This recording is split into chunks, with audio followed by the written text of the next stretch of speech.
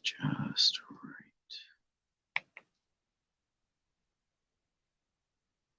Come on, come on, come on, come on.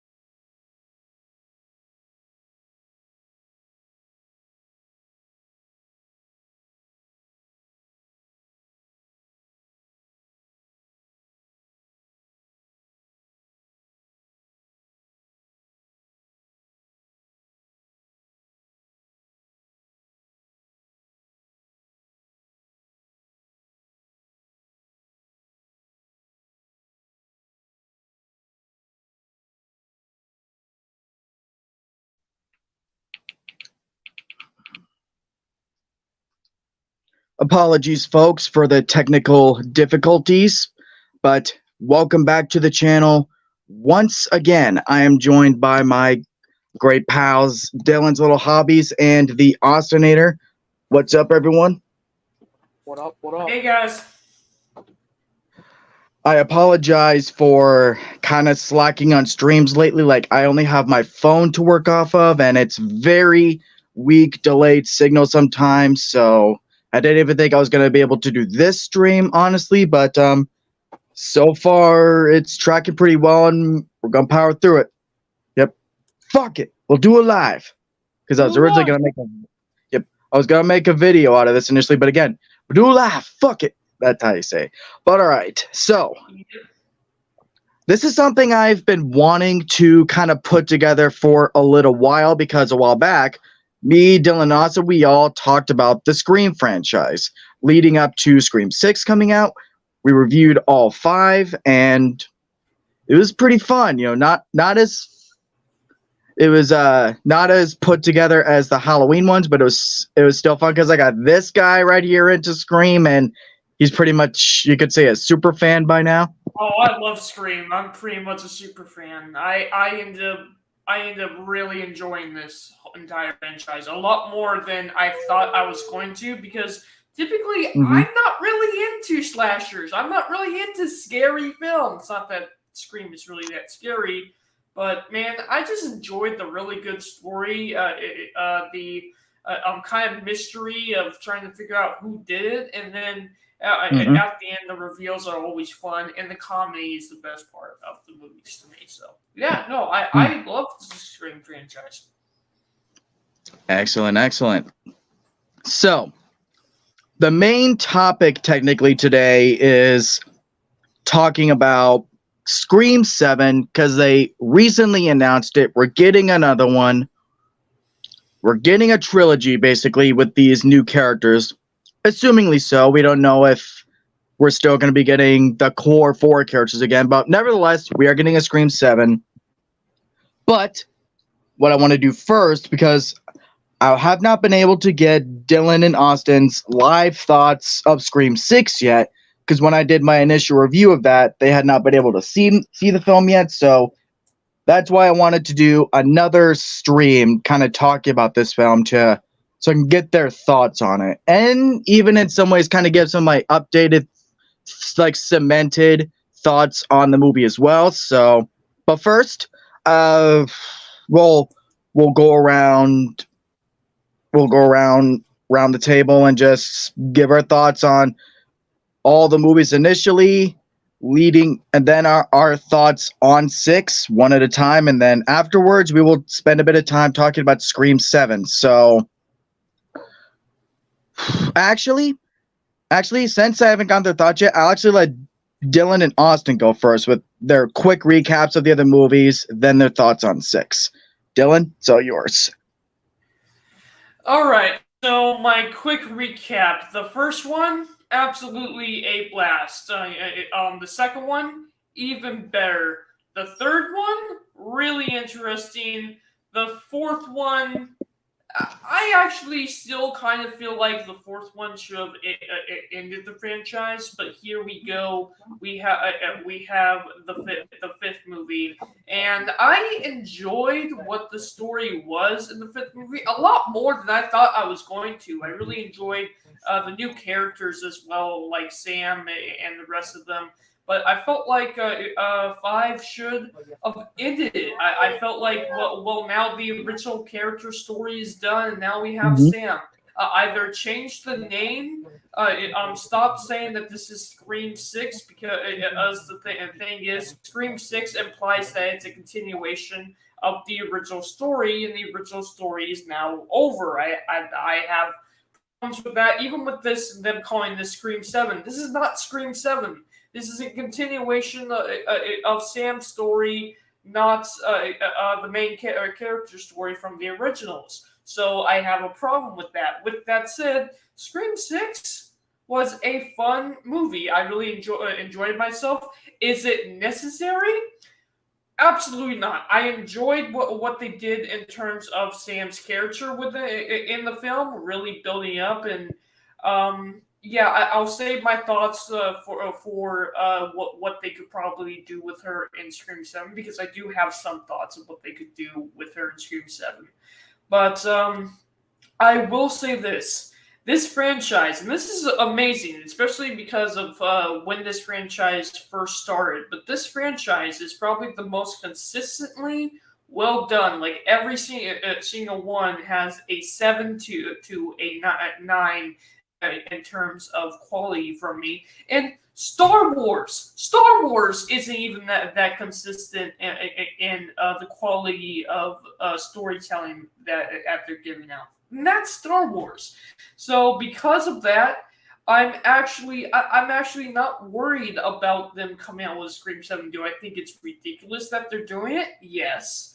But based off of the quality that we got from the last film, I'm actually willing to give this a chance. Unlike Star Wars, which obviously the quality in Star Wars is just trash by this point, but it is what it is. But those are my original thoughts as of for right now. Awesome. Go ahead. Alrighty. So quick recap of the other movies and thoughts on 6. Yeah, so the first one is obviously a classic for what it did for the horror genre, and it definitely is a bit dated, but I still think it's really fun. It is really good. The second one, I'm not in the camp that it's better. I think the first one is still better than 2, but I still think the second one's pretty good. The third one is definitely the weakest out of the trilogy, but it's fine. The fourth one is really good. Like, I will say the fourth one is my second favorite out of them all. The fifth one, I would say it's definitely the second weakest one. It's not as weak as 3, but 5, I thought 5 was fine. It introduced new characters, but it was just, And though, oof. Yeah. Well, I will say this about Scream 6 after I finally finished it. It took me 4 months, but I finally finished it. I liked it. I'm not going to sit here and say that Scream 6 is my favorite film in the franchise, because it's not. It's not needed. I still think that you could have paid Neve Campbell to come back. I don't understand why they wanted to give her a shit ton of money, especially since she carried the franchise through 5 movies. I don't know. I think that's kind of stupid in their own right. I appreciate the focus on the new characters and bring in a new setting, making it different. And I will admit the first 2 acts are fun, but unfortunately this movie does fall apart in the third act, which we might talk about a little bit later, so I won't go too yeah, far it's spoilers right away. If you want to go into spoilers, it's all cool, because I thought the killers were very predictable, and I will admit that it's kind of repetitious with the killers' reasonings. That said, I do like the kills in the movie, very brutal. The performances in the movie, it's shot really well. It's good. I'll go more in detail when we all get to the actual discussion portion of it, but I will just say though, it's good. I just don't think it's it's good for the newer characters. I don't necessarily want to Scream 7, but I Scream 6 was good. I liked it. All right. As for me, yeah, the first film, total classic. I love the meta humor and the characters. It saved the horror franchise at a time when it was just rotting, or the corpse was already rotting, and there was the maggots and the flies, but you needed magic sorcery to revive it. Corny as hell explanation, but you get the idea. Scream 2 is my least favorite, but in a franchise where I like every single movie so far, that's not a detriment to it at all. The heart of the movie is seeing how Sydney deals with, I guess she's sort of traumatized, but seeing how she has a hard time trusting people, keeping people at arm's length and all that. And then where it all goes in third act, love it. That's what elevates Scream 2 for me. Scream 3, I'm actually one of those people that I like it more than 2. It's faster paced, has more action. I like the way they're developing the characters off of where they came off of from 2. And I actually felt like Dewey and Gail's relationship was progressing in this film, whereas some parts in 2, it felt like they're retreading some things. Scream 4 is my favorite one. Its commentary was ahead of its time with the idea of recording things, social media, and all like the one line where they said, "You're recording all this?" It's like everyone's gonna be doing it someday. It's like stuff like that just makes Scream 4 so ahead of its time and all that. But that aside, the motive of the killer was unique. It's not about revenge this time. She just wants the fame. She's sick in the head. I love Jill. She's one of the best killers, in my opinion. Scream 5, I have said since day one, I think is the most emotional of the Scream films. When Dewey dies, it hurts. Even if you see it coming, because that's the thing with movie deaths. Even if you can see it coming, that doesn't necessarily mean that it still doesn't hurt, if that makes sense. And to this day, it's like the most heartbreaking movie death that I've seen in a movie in a long time. But other than that, I thought they utilized all 3 of the legacy characters really well. I like the new characters. I like that even after all this time, they're able to find something meta to chew on with the idea of toxic fandom and requels, these legacy sequels. It was a fun time. Love Scream 5. It's in my top 3. Scream 6, I didn't know where they could go with by this point. I'm all for exploring more of these new characters, but as far as the meta side to it, which is important for Scream, it's like, what more is there left? But then they surprised us with the commentary about subverting expectations and conspiracy theories. That was clever. And in the plot, I feel like they actually utilize it really well. The killer reveals, I had a kind of a feeling throughout most of the movie that it was gonna be Ethan. Detective Bailey, though, I didn't see coming. I thought they, at least for me, I don't know what you guys thought, but I thought they hid that really well with Detective Bailey. That shocked me. Because they're kind of setting him up as the new Dewey, kind of, only he's got a bit more of a hard edge to him. He's more serious. So it shocked me. And I like the way they use Sam's arc by the end, because David mentioned this about 5, but she's Billy Loomis's daughter, and by the end of this film, she's fully cemented in the fact that she doesn't want to walk down her father's dark path. So I really dug that. So that's Scream 6, or at least recapping all the other movies. Now, for at least 15 minutes, we'll just mainly talk about Scream 6. What we liked, what we didn't like, and in some of my cases, really didn't like about it. But I do want to just put it out there. I still do like Scream 6. Like, this franchise's consistency is mostly maintained for me. They have yet to make their total stinker like Freddy's Dead or Halloween Resurrection. I think we could all agree Scream is yet to have that kind of movie as far as quality. Yeah, even it's quote unquote weaker bad films, they're not bad. I just think the problem is with this franchise is that I think these movies kind of set a bar And if a certain movie does not hit that bar, then it's just not as great. And like with Scream 6, it does not hit that bar for me where it's as good as 4 or 1. But I still think it's fun. Like if you look, I kind of look at this one as more of a standalone film because it really doesn't have anything to do with it. It's almost like a side story. Yeah. But even then, like I think what really stood out to me was the change of scenery. Like we're not back in Woodsboro, like we're in New York, and it's kind of like I feel like this is like Jason Takes Manhattan but done better. Yes.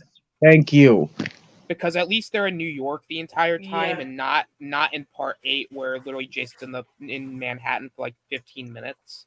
At least, like yeah, wasn't this whole thing basically supposed to be a parody of that? Well, it's not really a parody of Jason Takes Manhattan, but they were definitely poking meta jokes at the fact. That's why. Yeah. It wasn't a parody, but they were poking meta jokes at Jason Takes Manhattan for sure. Like Austin, I'm for sure definitely noticed this, that the kill in the opening where he kills the other Ghostface guy, the guy's name is Jason, and you can see Jason Takes Manhattan playing in the background. It's like right away, Ghostface kills Jason. I love it. I love how they structured that. But even that aside though, what was I the only one shocked by the opening, like, and how different it was? Like I was like, holy shit, we're gonna see the killer right away. You know what? That was really interesting and very creative because, like you said, it's like they did the fake out thing like really early on because they made you think because the lady was coming out and then they showed off the killer, and then it's the two guys, but then the actual killer came in. Like that was like really interesting. Like I think that also stood out to me as like this movie does a lot to be its own thing and not like, or at least it tries to be, at least up until the third act. But it's like I was telling you when it was coming out, is that the initial reaction was saying that the first 2 acts are really fresh and different, and then the third act delves more into the familiar. Yeah, that was, I kind of just like, I didn't know what to expect with that third act, but like once like the third act started, I started to piece together like, oh, wow. If you had any like suspects before the actual reveals, who were you thinking, if anyone, that you thought was going to be the killer by the end? Well, at first I thought it was going to be the boyfriend, but then I thought about it. I'm like, no, that's just way too predictable at this point because we kind of already had that already. And we kind of already had that in 5, so I'm like, no, that doesn't make sense. I kind of suspected that it was going to be the curly hair guy who was, I believe, the roommate of Chad. Yep. Like, I kind of already had that suspicion of, like, wait, that because, like, I think it was, like, early on in the movie where I believe it was Mindy, right? Where she's like, oh, yeah, no, it could be him because he's not as, like, because he doesn't have, like, those qualities that immediately make you go, oh, like, it doesn't give you red flags, so I'm like, that's definitely him. Really, I didn't think it was any of the core 4 or Gale. Like, I really, like, honestly, I thought the roommate of, no, it wasn't the roommate, but it was the red-haired girl. I don't remember her name, but I kind of had Quinn, yeah. I kind of figured it was going to be her because it was like, but then they did the fake out again with, you know, Ghostface killing her. But then I'm like, oh, okay. Oh, so there we go. Sorry, guys, my internet went dead. So they were going to do the 1 or 2 again, but then I'm like, okay, interesting. And then they did the fake out again with it was Kirby. Yeah, they did the fake out with her, but then I'm like, wait a minute, it can't be her. And I'm like, so that's kind of what gave me the big, like, me and definitely the when me and Dylan were watching it, Dylan actually bought into that when the detective's saying, "Oh, they fired Kirby several months ago." But then they also had like a couple like lines here and there that made me go, yeah, no, it's definitely the detective. Like, Oh, you I- saw him coming? I wouldn't say I saw him come. I wouldn't say I saw him coming in the sense of like it was predictable. I'd say I kind of saw it coming like after the fact and like, oh, it definitely was him. Like, because again, it's the same thing with I believe the curly haired guy is they did it in a way where it made it so like not he didn't have red flags. Yeah. So I'm like, oh, well, so I guess in a way it was kind of predictable. Was it predictable in the way I thought it was going to go? But it was predictable in the sense of I kind of figured that's where they were going to go. Yeah. And you know what's interesting with when, like, say your first time watching these Scream movies, whether you don't see the killer reveals coming or you do see it, but once you see how it's revealed, and then you watch it a second time and you see how things happen and all that, knowing that it was these certain people and all that, does it ever leave you thinking, well, wait a minute, weren't they somewhere else, or would they have actually been there for whatever, those kinds of things? You ever felt that for any of the movies? I don't know necessarily about any. That's. I feel like maybe I honestly, I really couldn't tell you because it's been so long since I've seen the previous 5, so I'm kind of like trying to think. Like, I would say, if anything, maybe the third movie, maybe either the first or the third. But I think what makes all these fun is the way of getting to that point, right? So I will say the first 2 acts made me like. It was going to be really fun to see the reveals, but I just think because I also want to get into this, like the kind of setting of where they are in the final act, where they're in like the ghost, I call it the Ghost Face Museum because that's really what it is. Yep. I thought it was a fun setting. Yeah. Like it again kind of goes a little meta with like Kirby saying, "Oh, I've seen this in a movie before," or like it's. Yeah. I thought it was very interesting. Like, again, it kind of goes back into, like, doing something different and not doing, like, they just go into a house. The killer finds them, reveals themselves, and then the killer dies. Like, it was interesting.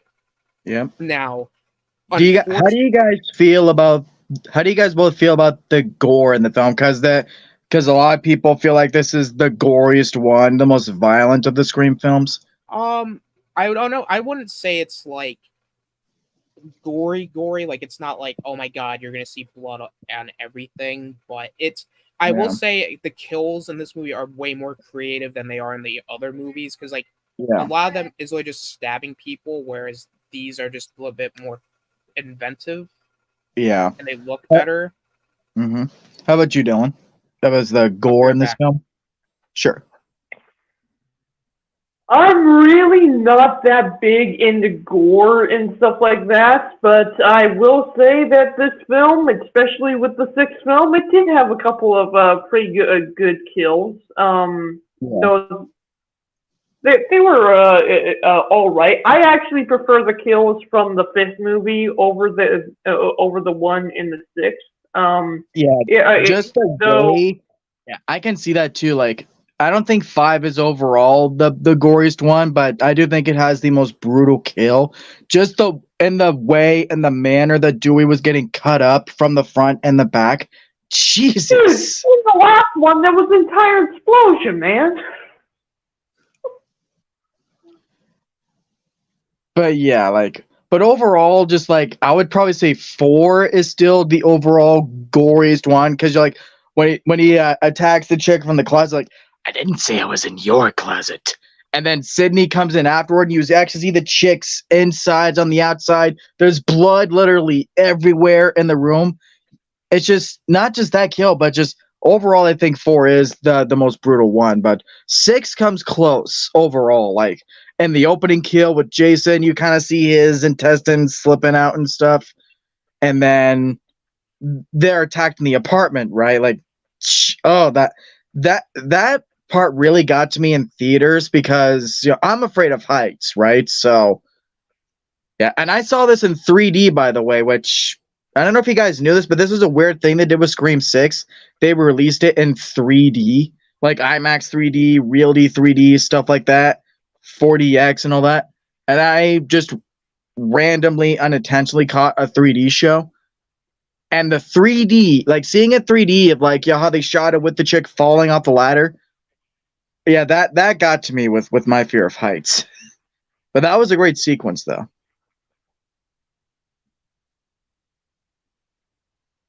But Yeah, it was. But yeah, I mean, I did like some of the kills, the one where they're all in the gas station. That was just fun with them just trying to escape the big bad ghost. But I mean, when he has yeah, the shotgun and all that. exactly. That was pretty wild. That was pretty wild. That was One of those fun kinds of kill. sequences where I'd wish they didn't show it in the trailer so it could actually shock us seeing the movie. Like, holy shit, he's using a gun this time?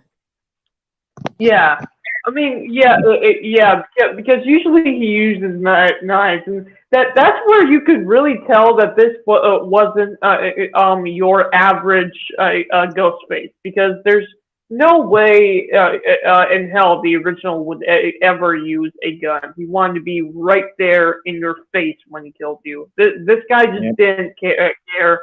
He just wanted revenge. Basically, that's what I thought from the original story. And I mean, come to think of it, by the end, that's technically still true.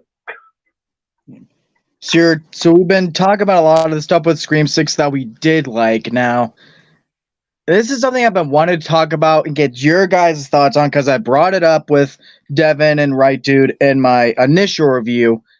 And this is the thing about Scream 6 that bugged me and aggravated me the most. I feel they backtracked on Gail's character development from the previous film. I mean, it ends where she has this heartwarming discussion about doing all it, because she's like, I'm not going to write about it this time. Those fuckers can live in anonymity. I'm going to write about a good man who did a lot of good things for this town. And Sydney's like, you know what? I like that story. I'll read that. She's talking about Dewey. You've seen, just in general, you've seen how far she's come as a person by this point to the fifth film. I feel like they backtracked on that, because she just wrote the book anyway. And like, no, I don't buy that. That does not line up in any way with where they left her in Scream 5. Like, what happened to, again, I'm gonna write about Dewey, a good man who did a lot of good things for this town. Those fuckers can live in anonymity. Am I the only one bugged by that? Like, did that get to you? Like, did you notice that, Dylan?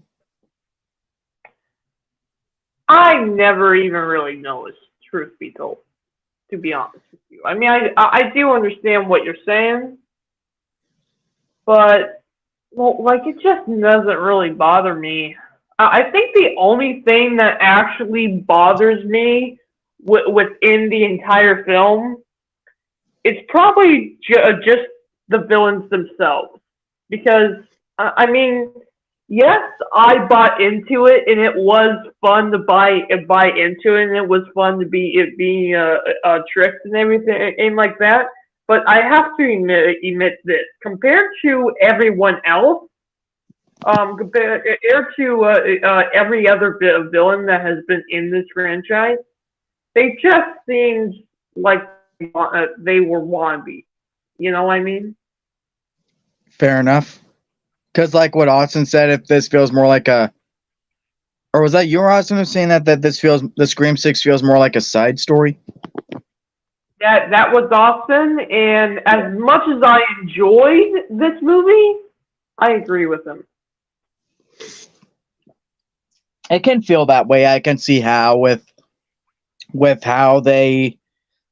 Because they didn't have Sydney or anything, but I do think they addressed Sydney's absence really well, and in a way that I can actually buy in terms of what I think Sydney's character would do.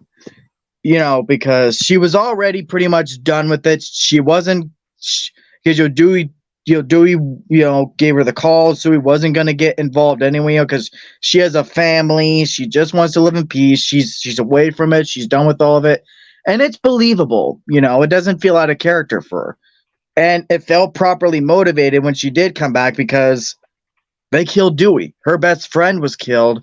So let's kill these fuckers and avenge him. That felt properly motivated. But now after this, I buy that with how they addressed it. Like she's just done. Sydney's done. Her arc is resolved. She's happy. She has a family. She's living in peace. What do you think? Yeah, that's the thing though. With her story being done, I mean, it's one of those tough things where I'm like, I like what they're doing, and I like Sam, and I would like to see Sam's story progression. I really would, because I like her as a character. But she was not. That's what worked about Scream 6 for me, is because they. Oh, what was that? Sorry. This is not. Sydney was the main character. This is not Scream anymore. This is just Sam's adventures dealing with the repercussions of what she's had to go through in Scream. I feel like. Yeah. You get why they're still calling it Scream, because of Ghostface and all that stuff. I mean, they shouldn't call this Scream 6. They shouldn't call this Scream 7. They should call it Sam Screams or something like this. The Adventure of Sam. Just like how 7, 8, and 9 are not a progression or not a continuation on the story of the original Star Wars. They should have called 7, 8, and 9 instead of calling it that. They should have called it Star Wars Adventures of Rey, and then it would be just fine. Because I'm sorry, but Star Wars 7, 8, and 9 is not the Skywalker saga. I don't care what anyone says. Just like how Scream 6 and Scream 7 is not a continuation on the Scream franchise. It's a continuation of Sam's story, and I wish they would call it something else. Because this isn't Scream 6 or Scream 7. The original character's done. Their story's over. Now, I don't mind if you want to tell a new story within that franchise, but give me a new name. That's fair. You back, Austin? Oh, I didn't know, Austin. Yeah, I'm back. All right. So me and Dylan were just talking about this. We were kind of going into things we didn't like about Scream 6, and I really wanted your thoughts on this, because you've been a Scream fan for almost as long as I have, and I kind of got Dylan's thoughts on it. So this is the thing in Scream 6. It bugged me then, but now letting Scream 6 sit, it is definitively the thing that bugged me and aggravates me the most in this movie. They backtracked on Gale Weathers' character development from the 5th film. Yeah, that was one thing I did notice too, is she didn't. Because what happened to what happened to, I'm going to write about Dewey, a good man who did a lot of good things for this town. Those fuckers can live in anonymity. Because I don't know if you guys think about this about her in 5, but I honestly think that Gale Weathers is at her best in the 5th film. Looking at it from seeing how far she's come as a person, she has more empathy, more compassion compared to 1 where she's just, she's the bitch. She's the ruthless reporter who's going to go after the story, and, she has an arc over all these movies, and seeing how far she's come by the 5th film. I loved her in 5. I really think Gale is at her best in the 5th film. So, but because that really bugged me, and I didn't know if what they do with her in 6. I don't know if it's just a me thing or if it bugged you guys. But bother me, but it really is an issue that I agree with. Yeah. So, do you feel like Gale wasn't that was an issue that ruined her character the whole movie? It wasn't like that for me. I do think she had good scenes after. It's just the initial introduction of her, where we do find out, she wrote the book anyway. And she says some things about Sam. I'm like, no, I do not buy that as the logical progression of her Yeah. character at all. No, What do you? I didn't buy it either. I mean, unless they maybe explain that maybe it wasn't her, but like somebody else did it, then Yeah. there had to have been a better explanation than just, oh, I did it anyway. Like, because I mean, they do say something like, "It's like, yo, basically, well, it's what I do," and I'm like, "It's what you used to do. You're not that same person anymore, Gail." Yeah. Yeah, it doesn't bother me because they needed to fit her into the next movie, basically, but it is a glaring issue. Oh no, I wanted Gail to be in that movie, so you still have some presence of the legacy characters. It's just what they ultimately chose to write to be, what puts her in there. It's like I did not like Yeah. how they handled that. I She found has, it really lazy. yeah, You see Ryan right there. yeah. It's just, I mean, she has good scenes after, like aside from that frustrating introduction scene and all that. I do think she's good in the movie afterwards. Once she starts to get involved and all that, then she has that awesome scene with Ghostface. Like, I don't know if you guys have noticed, but this is the first time in the franchise where Gale has had a Ghostface call. I did notice that because even Ghostface references this in the movie. That Strange how we've never spoken on the phone together. But yeah, that scene was awesome though. Oh yeah, it was very good. But even then, you do have a bit of stupidity in there because she walks out of her panic room into the wider open room where there's like several different spots Ghostface could get her and all that. But regardless, it was a really good scene. Yeah. And I do think I do think she should have died there though. I'm not just saying. I'm saying I do think that's where Gale should have died though. Yeah, no, I agree. Like, I'm not saying that out of frustration for the fact that that she wrote a book again, like, oh fuck Gale. I'm saying an emotional story purposes, like how to send off a character. I feel like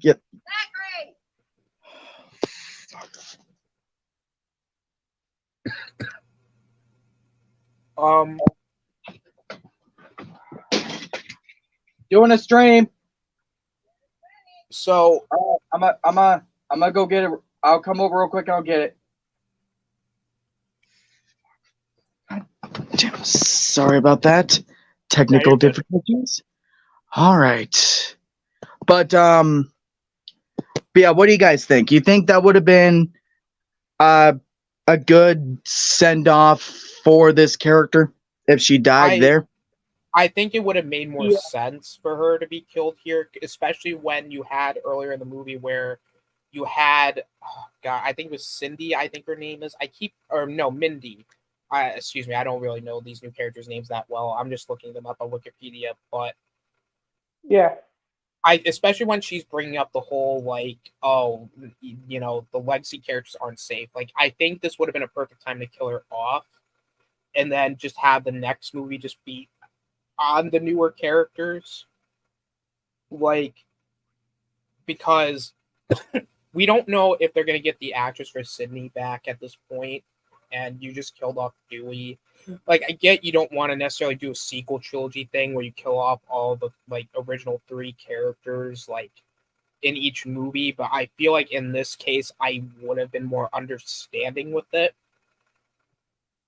especially with how it was laid out. But I get that it didn't really bother me necessarily. I would have liked to have seen it, especially when they did the whole fake out thing again, where you think she's gonna die, but then it's revealed nope, she's okay.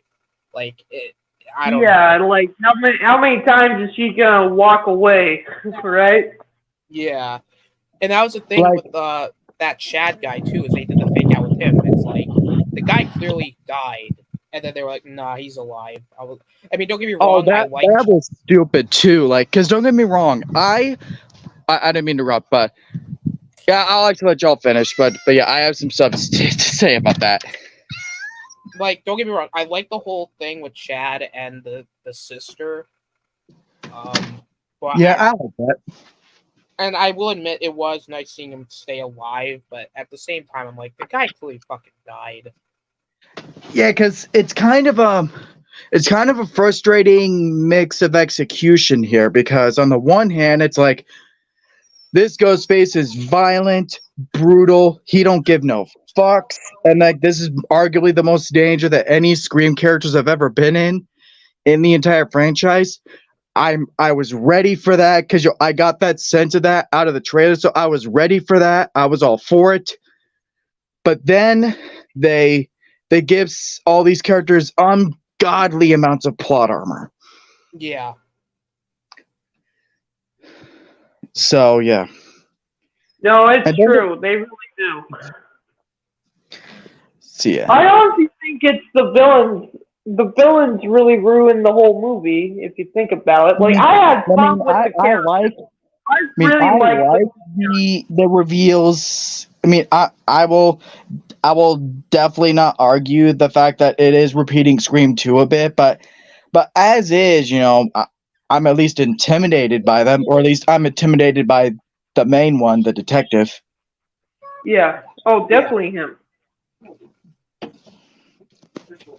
I think that was really my biggest problem, is them redoing the whole Scream 2 thing of, oh, you killed my son, who was also a killer, so now I'm gonna kill you. Like, and I did appreciate the family aspect, haha, get it, family. But I don't know, I felt it was very repetitious, and I think what saves it for me to where I'm not really frustrated by it is those new little tidbits they add into it where, like, oh, they're gonna ruin her life before they kill her, you know, because on the whole the conspiracy series stuff, how they revealed they made her, that they're the ones who made her out to be the villain, you know, there's that whole thing going on with her. I like that angle. So that's the stuff. So while it is still kind of repeating Scream 2 just with it being the family again, what saves it for me, and what makes me not frustrated by it again, is that conspiracy theory angle to it. Like they're not just gonna get revenge for her. No, they're gonna ruin her fucking life first. Yeah, that's true. So, oh, you know who we haven't even? I was about to say. I was about to transition into the Scream 7 discussion, but a couple things we haven't talked about yet. How did you guys feel about Kirby in this? Because they were hyping up her return after 4. Because for context, a lot of fans felt like, oh, there's more you could have done with her character instead of just killing her. So they revealed that because Scream never my favorite Scream character anyway. Because I don't know if you guys noticed this.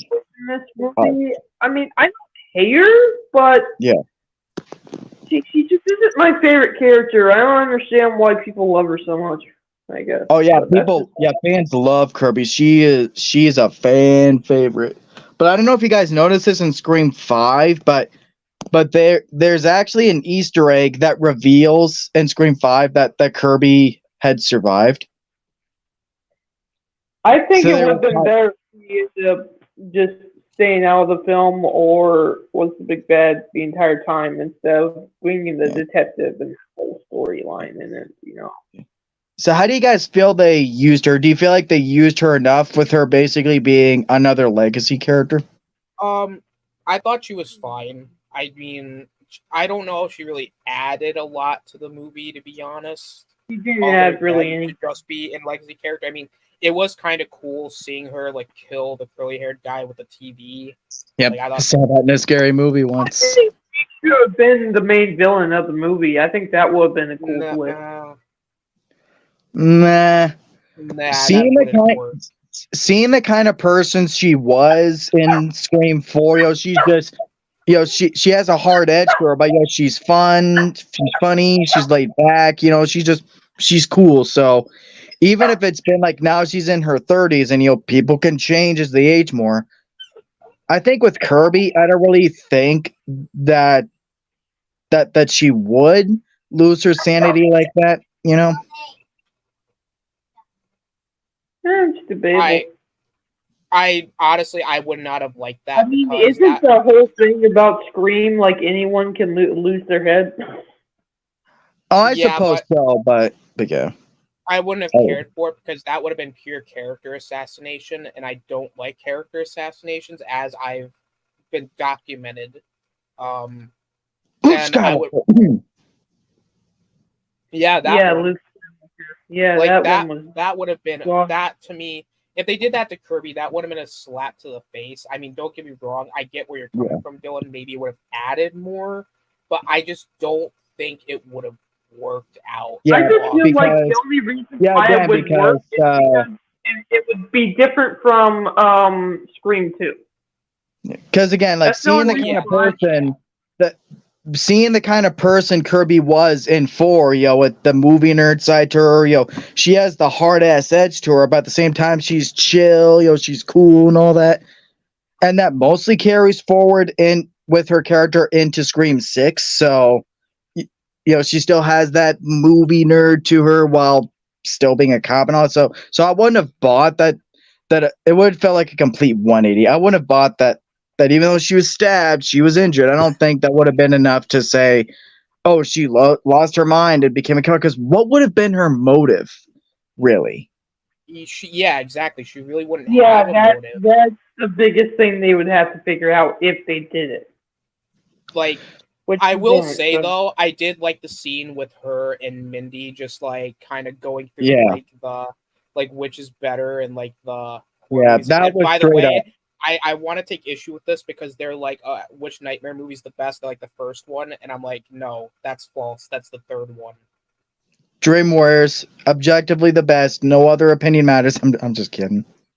No, but but see that I did like that though, like because it does kind of give you like they're basically two.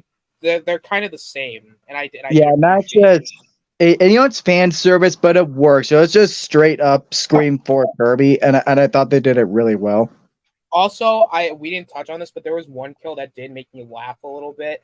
It was like that one scene where the Ghostface was in the apartment and they were trying to run out, and like they all had to climb like a ladder across. Yeah, like a bridge, and then I think it was Mindy's girlfriend that was like going across that ladder bridge, and then Ghostface sees her, and then they're like, no, you need to go, and then like he just simply just moves the ladder, like he's just like shaking the ladder, and then like he just tilts it to the right. I thought that was kind of like I guess it's kind of humorous, but at the same time I was like, because I'm afraid of heights, right? So that actually kind of gave me chills, like oof, because they show in great detail how much of a fall it is, like how far down of a fall it is. I'm like, ooh, I like that, but at the same time, I don't like that, No, I know.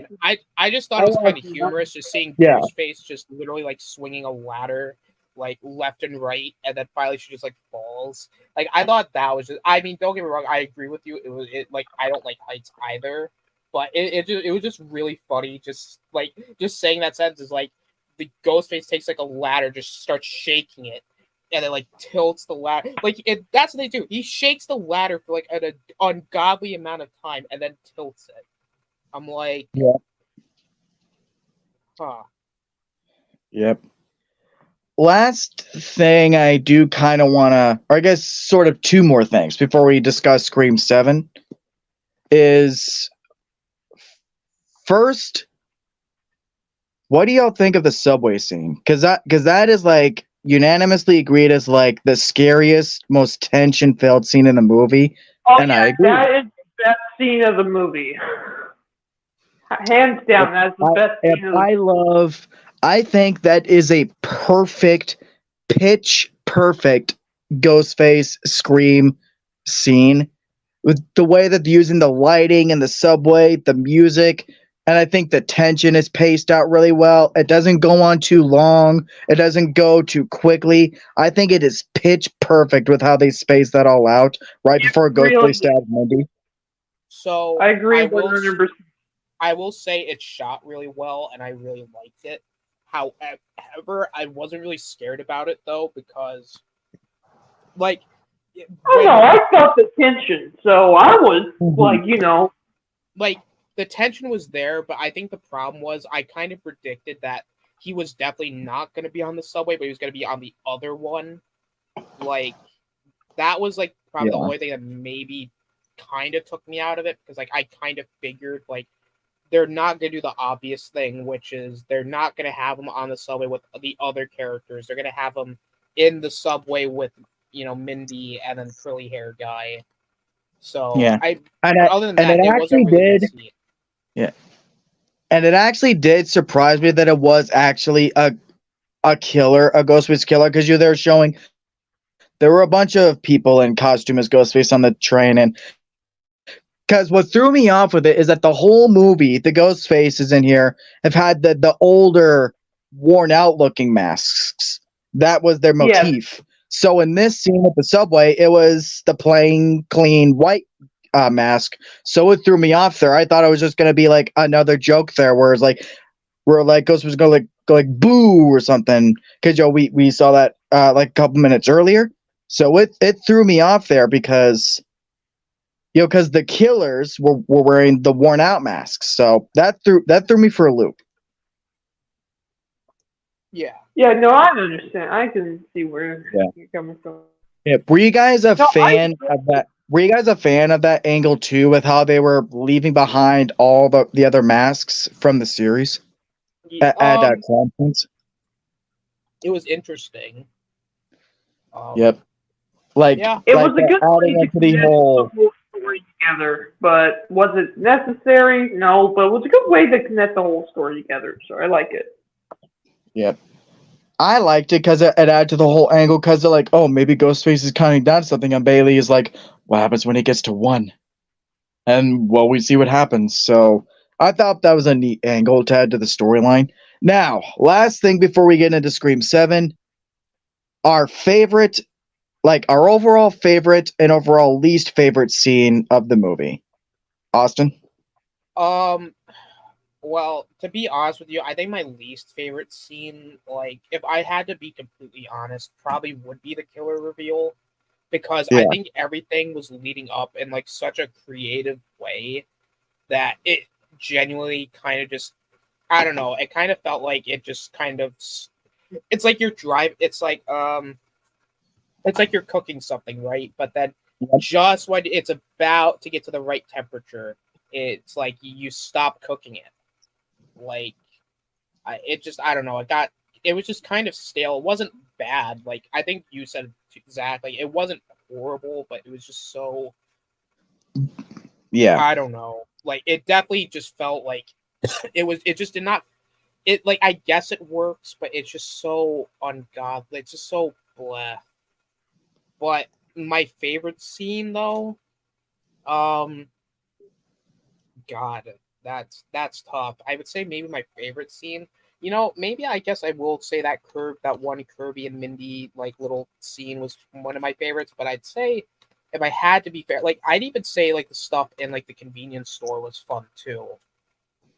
Oh yeah, it's like, I really wish that they had have shown the whole rampage inside the store, inside the trailer, because think about, I guess it would have been like monumental holy shit thing, but it'd be like, it would have been a neat little thing, like, oh, he's using a gun this time? That's pretty cool, but they had to show it in the trailer. Yeah, that's true. I mean, yeah, sometimes trailers these days can show way too much, and I really don't like that about certain trailers that they come out with these days. What I would say, my favorite scene of the movie, I have a lot. I really liked them in that grocery store. That was fun.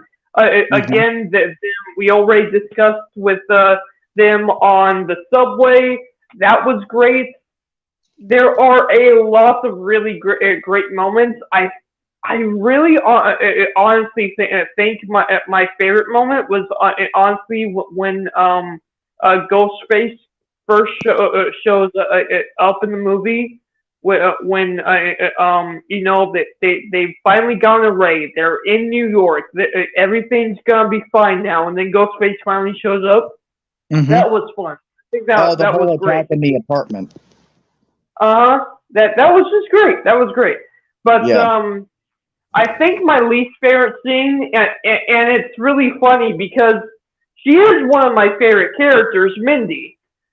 But in hindsight, I think she should have died. And the fact that they show that she survived the movie. I can see Mindy surviving because she was just stabbed twice. I mean, yeah, depending on where you stabbed, you know, Dude, would compare you, what I said, the build up in that entire scene with her quote unquote death was so well done. And again, Minnie's one of my favorite characters when it comes to the newer characters of the franchise. But I Yeah. have to admit, I think because of the entire build up, now in hindsight, when I saw she survived, of course I was relieved, right? Because I really like her as a character. Yep.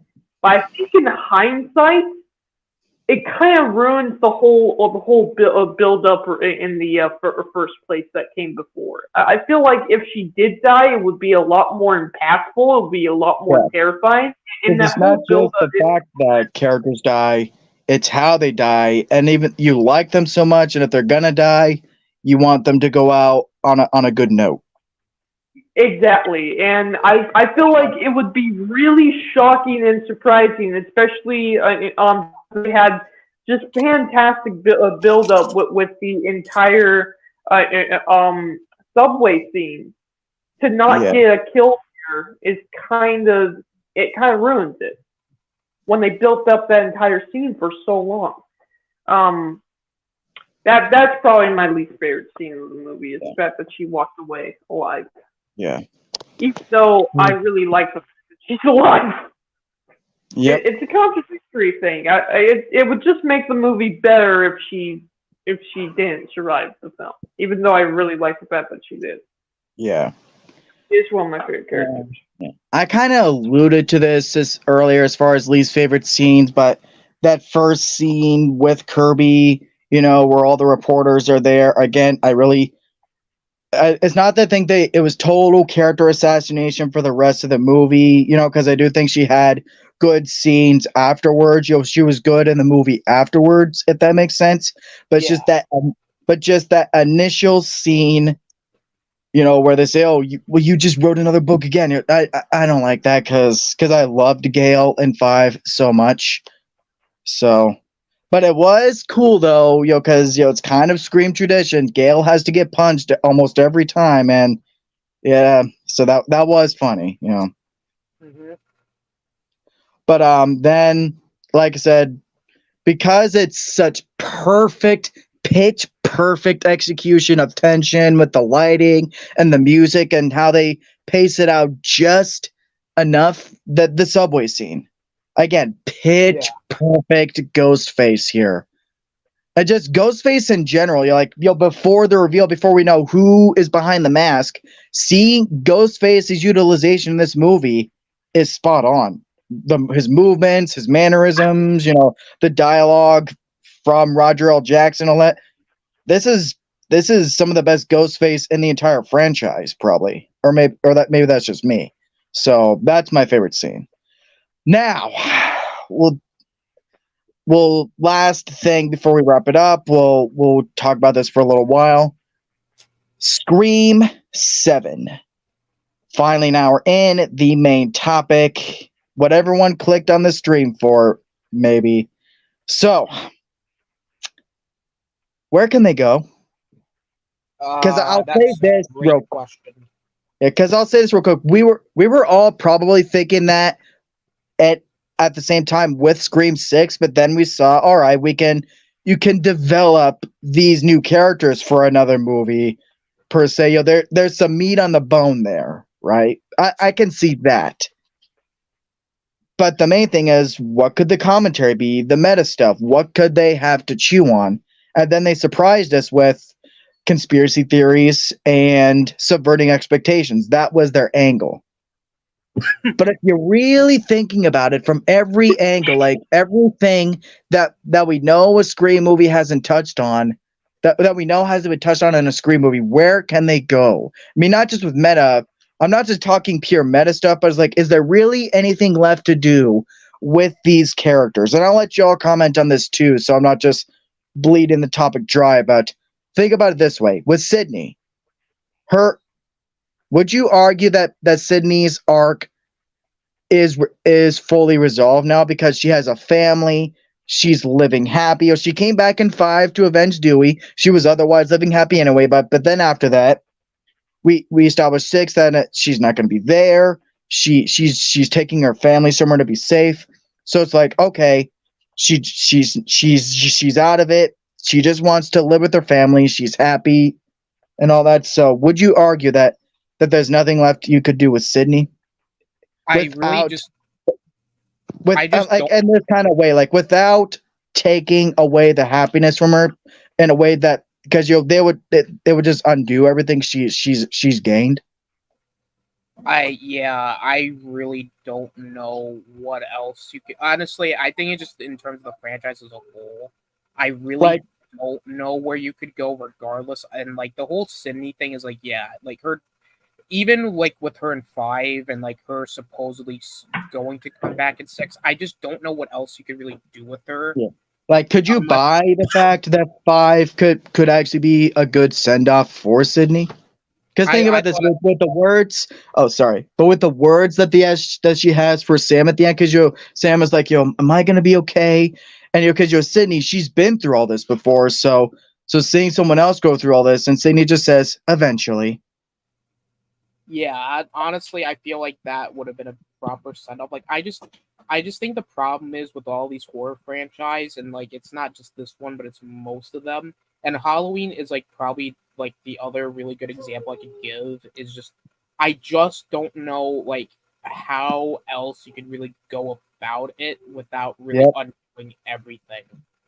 And it's just I don't necessarily want a Scream reboot. Like, I don't want that. It's like, I just think, honestly, unless you're going to focus primarily on these new characters, but even then, I don't really know if there's really a lot of story there. Like, yeah, because with Sam... Oh, sorry, you can go. No, I was just going to say, like, there just really isn't a lot there with these new characters for me to really, like... It feels like they've already tackled everything they could, like especially with Sam, because at the end she drops the mask. That's without actually saying anything verbally. That is communicating to the audience that she is cemented in not going down her father's dark path. That's resolved. They gave closure to that.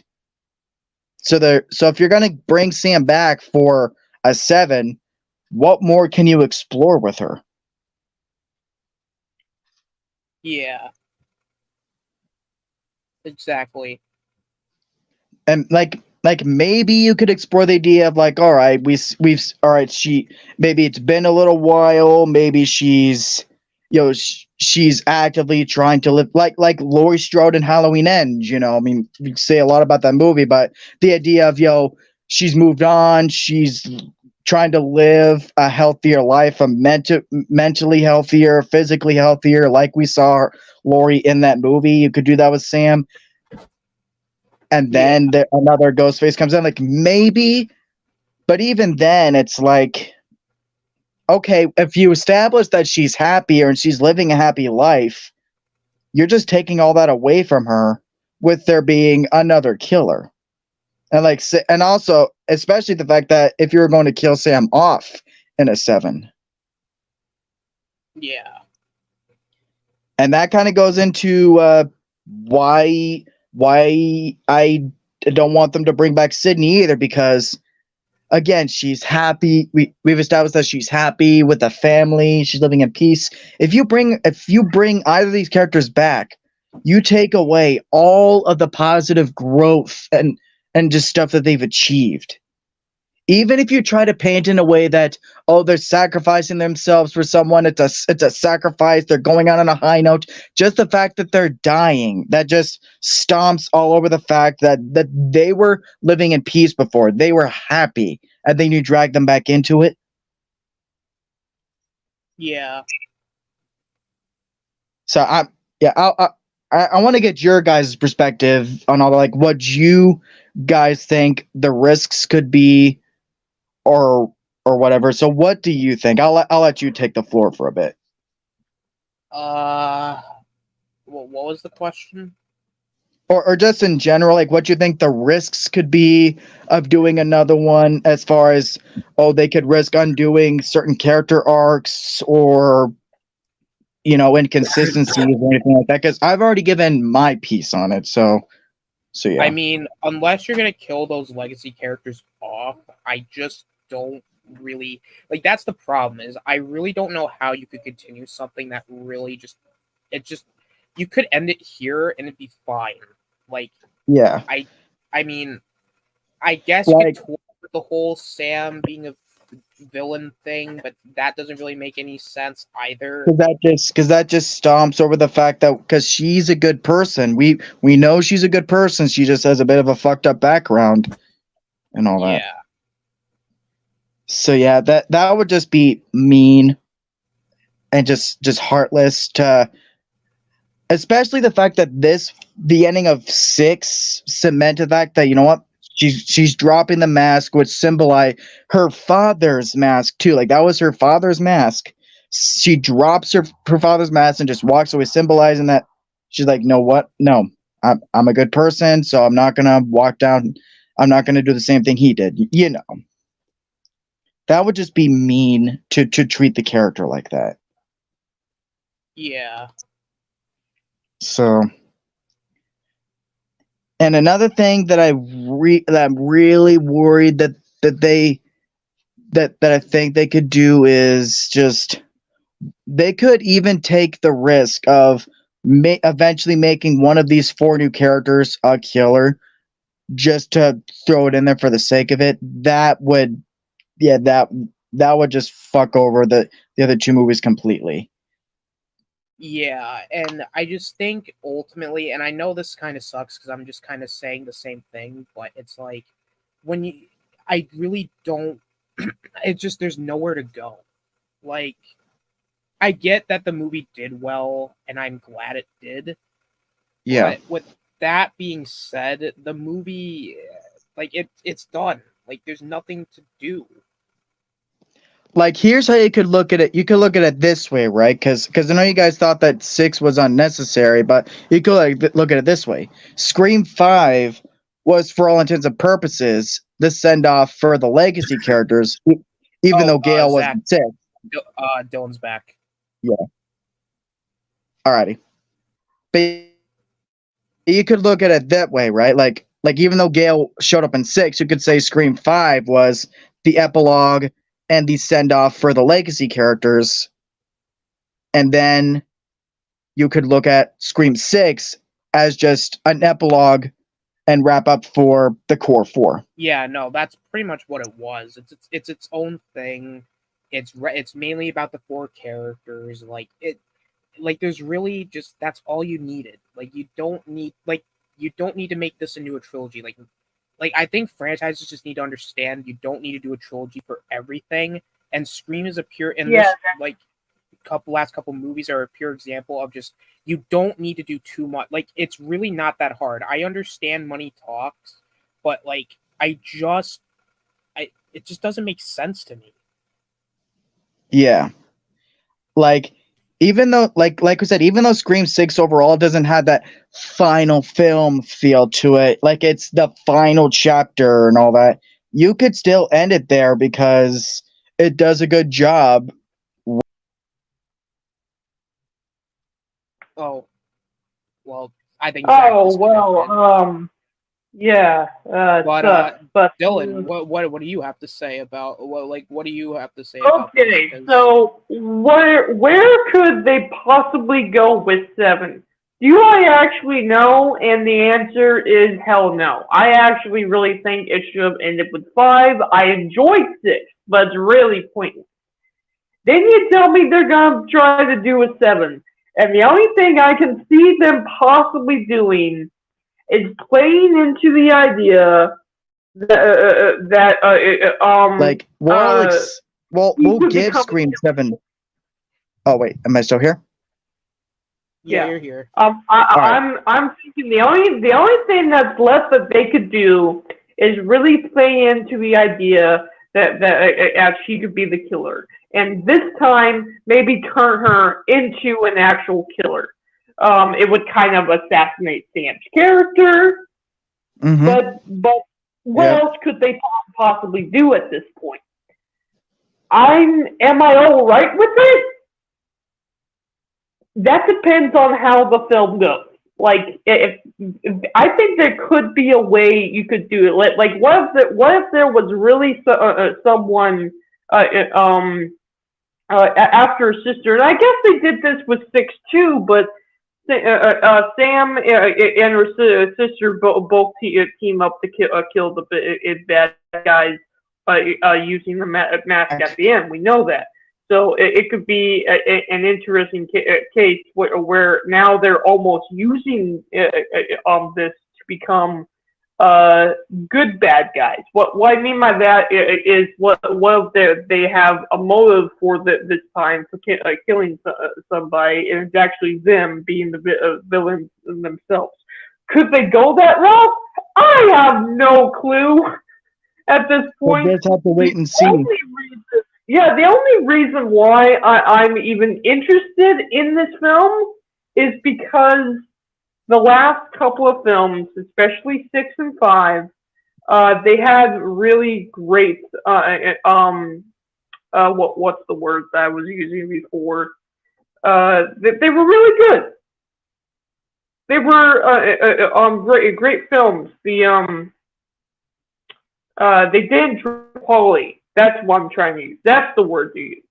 They did drop in quality, and as long as this next movie doesn't drop in quality, then I'm going to be happy. That's the only reason why I'm still here. If it wasn't for that, I would not be here, because when it comes to the 7th movie, the 6th movie was so much over the top and not necessary at all. And now we have the 7th movie. What could you possibly do with it? I guess turn Sam into the killer this time. And it could that's the only thing I can think of that they can do. And if they did do it right, it could be interesting. If she's like becoming the killer, but for a good reason, to save her family members or something like that. I don't know, but I'm willing to give the next movie a chance. You know what I mean, Austin? Yeah, I get what you mean.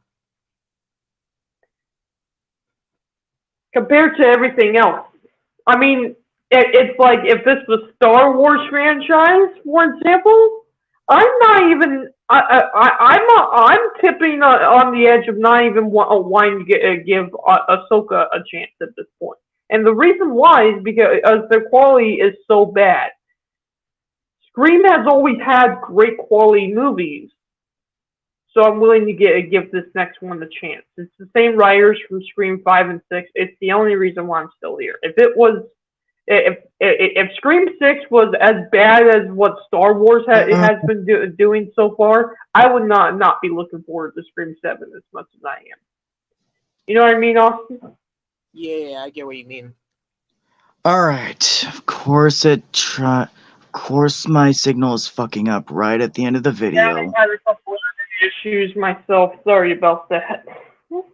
That's all right. But I pretty much echo everything you've been saying, is that you make Sam the killer, you screw the entire arc. Yeah. You know, that's the thing. Yes and no, because I could see a scenario of them turning her into a killer, but her motivations for being the killer could actually save her from ruining her character.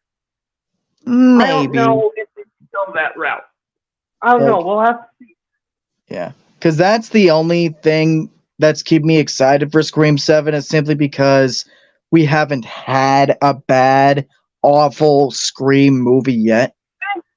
Same. That's exactly what I've been saying. Yeah. So, I don't know. Is there like any... Burn So what with do you this think, for guys? the next, Is there like... Yeah. Dylan pretty much got it down as far as potential story ideas, because for me, I can't really think of any potential story ideas because we don't even know if Scream 7 is going to have the core 4 characters again. We don't know what Scream 7 is specifically going to be. Yeah.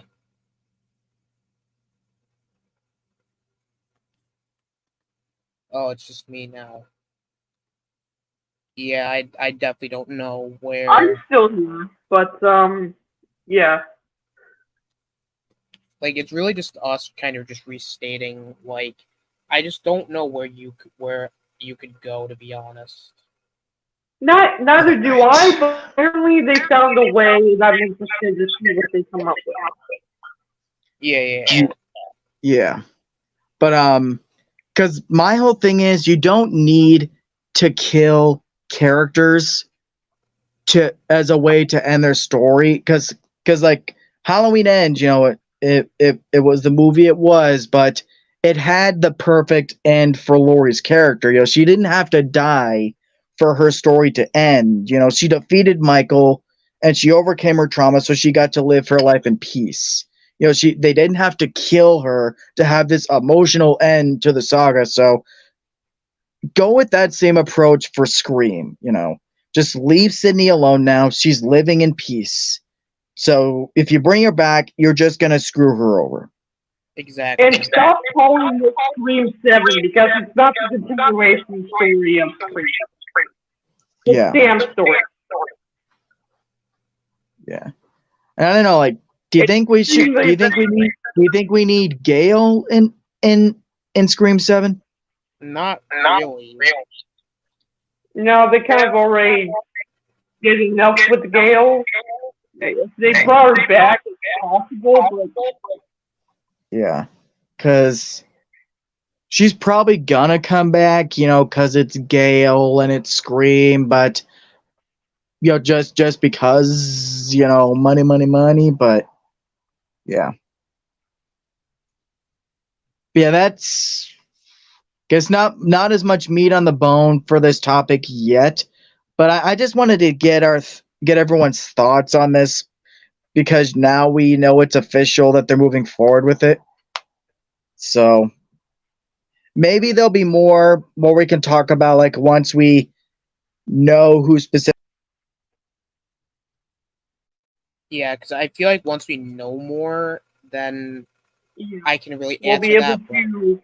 Yeah, we'll be able to speculate more on what the story is going to be about. Yeah. Which that's always fun. That's probably the best part of right now is the fact that we'll eventually get a trailer and then the speculation will start. That's what I'm kind of excited for. I'm almost more excited for the speculation than the film itself right now. All right, I'm back. I'm back. But yeah, so is there anything else you think we can kind of get out there, or do you think we covered all the essentials? I feel like we covered everything because I really don't know. Yeah, I think that's about. Yep. So I guess that is going to be it for this stream. We discussed Scream 6, our thoughts, you know, my updated thoughts, Dylan and Austin's thoughts. And I think we're all agreed with Scream 7. It's like, we'll give it a shot, you know, because there hasn't been a bad movie yet, but we just don't know where they can go. That's pretty much it. Yeah. So, with that being said, before we wrap it up, Austin, where can they find you, my friend? My channel, I'm not really doing much right now, but you can just find me in everybody's channels. I'm more prominently in the Hangout on the Basketball Scenarios channel. But I'm on everybody's channels at this point, so just check me out when you can. Zach, thanks for having me on. No problem. Dylan? All right, you guys can find me on Tim's channel. Every now and then, we have fun streams. We're hoping to get a stream this Saturday. That should be a lot of fun when we do that. You can also find me on Austin's channel whenever he does his videos. We know he hasn't been doing them for a while.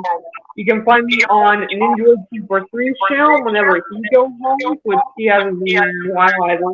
You can find me on That's Elvio's channel where he goes live, which he hasn't done that for a while either. And of course, you can find me on my channel where I'm the only one who actually consistently puts out content. I put out shorts and videos on stuff I like, Star Wars, anime, Marvel, TV shows. Right now, I have a series called What Made It Great, where I talk about the shows that I like, and it has been a lot of fun. You guys can watch me and also talk about SpongeBob. Last week and this coming week, we are going to be talking about Ninja Turtles, and then next week we're going to be talking about Star Wars: The Clone Wars, what new Star Wars: The Clone Wars is, which will be a huge video. I hope to get Austin and everyone on that stream, so it will be probably a full stream. Everyone has a lot to talk about Star Wars: Clone Wars. So with that said, yeah, just subscribe to everybody and find me. That's it. Yeah. Hopefully, I'll be able to join that stream, barring my pretty shitty signal. So, and of course, y'all can find me right here.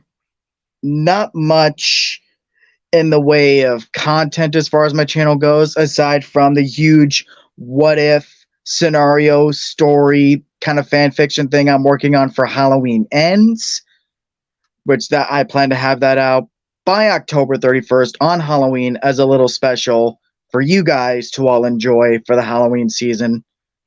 It's an idea I've been sitting on for a while, so hopefully it'll provide an interesting lens into a direction they could have went for the movie as opposed to what we got. So, yep. And I do want to thank everyone watching for putting up with my weak signal, me popping in and out, in and out. When you do this on your phone, it's a mess. But I did want to do this stream so I could get you guys' thoughts on all this as well as just keeping the channel alive and putting stuff out there for you guys. So with that being said, until next time, whenever the time, we will see you all on the flip side. Later, guys.